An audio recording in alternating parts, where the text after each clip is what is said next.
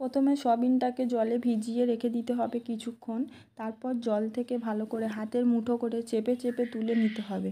তারপর একটা জায়গায় সয়াবিনগুলো দিয়ে তার মধ্যে 1 চামচ নুন, 1 চামচ হলুদ গুঁড়ো, 1 চামচ লঙ্কা গুঁড়ো, 1/2 চামচ জিরা গুঁড়ো, 1 চামচ আদা রসুন বাটা, গরম মশলা গুঁড়ো, অল্প পরিমাণে তেল আর একটা ডিম ভেঙে দিয়ে ভালো করে মাখিয়ে কিছুক্ষণ রেখে দিতে হবে।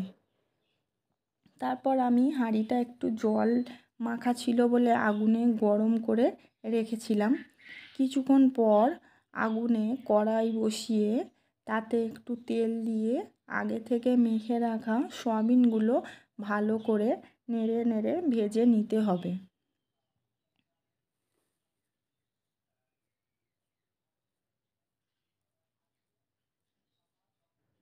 এরপর হাঁড়িটা আগুনে বসিয়ে তাতে প্রথমে তেল দিয়ে তেলটা গরম হলে তাতে পেঁয়াজ দিতে হবে। পেঁয়াজটা একটু নেড়ে চেড়ে তাতে 2টো কাঁচা লঙ্কা চেরা দিতে হবে। 1/2 চামচ আদা রসুন বাটা দিতে হবে। তারপর 1/2 চামচ নুন আর 1/2 চামচ হলুদ দিয়ে নেড়ে চেড়ে টমেটো কুচি দিয়ে কিছুক্ষণ নেড়ে একটুখানি জল দিয়ে ঢেকে রাখতে হবে। 2 মিনিট পর ঢাকা খুলে ভেজে রাখা আলুর টুকরো দিয়ে ভালো করে নেড়ে চেড়ে জল দিতে হবে।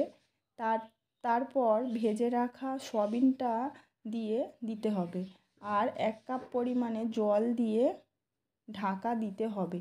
5 মিনিট পর খুলে বেশ করে নেড়ে চেড়ে নিয়ে গরম মশলা গুঁড়ো ছড়িয়ে দিলে রেডি ডিম দিয়ে সয়াবিন আলুর রেসিপি।